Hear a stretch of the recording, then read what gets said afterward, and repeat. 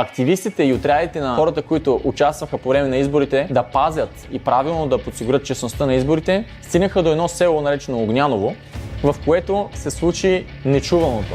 Тези коли бяха с хора вътре, които си скриха лицата и не знаеха какво да правят. 25 минути така стояха, събраха се другите хора в района и питахме какво се случва. Те казаха, някой тук купува гласове. Имаше средни пръсти, които се показаха от колата. В определен момент автоматично от двете коли излезнаха двама човека от черната кола, четирима от тази пара. Отидаха надолу към училище Отец Паисий.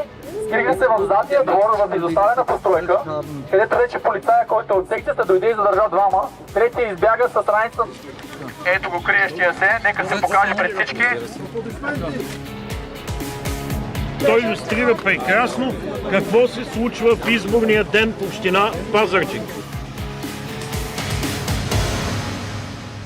Партия Мафия обаче си превзе Пазарджик, а на следващия ден поиска и държавата.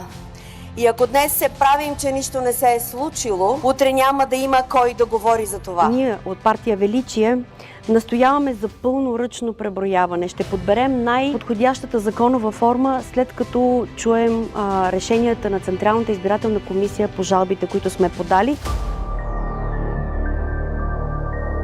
Намираме се пред така известното бомбоубежище във Варна, което Ибрахим Амура открадна. Това е един сириец, който е дошъл в България, взел е лесно гражданство. Не само е взел гражданство, той има пазари във Варна. Връзката на Ибрахим Амура с над 7000 квадрата тук в Зеленчукова борса, които той е придобил и които са 100% незаконни. Ето това, драги приятели, е Костадин Костадинов, а до него е един сириец, Амура, който открадна